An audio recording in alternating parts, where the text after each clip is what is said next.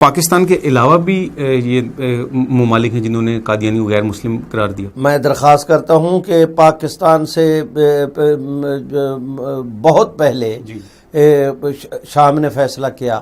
مصر نے فیصلہ کیا، اور یہ گورنمنٹ سرکاری طور پر یہ فیصلے ہوئے، اور انہوں نے قادیانی جماعت کے دفاتر کو سیل کیا، انہیں خلاف قانون قرار دیا، ان کی پراپرٹیاں ضبط کی اور ان کے افراد کو ملک بدر کیا۔ اسی طرح جو ہے وہ عدالتوں میں سے صرف پاکستان کا سپریم کورٹ نہیں، جوہانسبرگ کی عدالت نے، ماریشس کی عدالت نے، بہاولپور کی عدالت نے، بھاگلپور کی عدالت نے، اور اسی طرح جو ہے وہ عرب امارات کی عدالت نے، سویڈن نے، ان تمام تر سرکاری اداروں نے، عدالتوں نے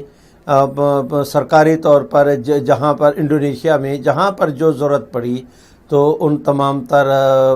فورموں سے جہاں پر یہ قادیانیت کا مسئلہ زیر بحث آیا، انہوں نے یہی قرار دیا کہ قادیانی مسلم سوسائٹی کا، مسلم امہ کا حصہ نہیں۔ اور اس وقت تو پوزیشن یہ ہے کہ مشرق سے لے کر مغرب تک، شمال سے لے کر جنوب تک، اقصائے عالم کا ایک دارالافتاء ایسا نہیں،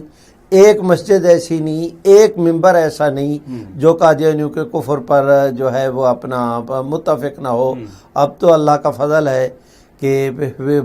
اب اکیلے نہیں رہے، قدرت حق نے حضور علیہ السلام کی امت کو اس کام کے لیے ایک کارواں کے طور پر کھڑا کر دیا ہے۔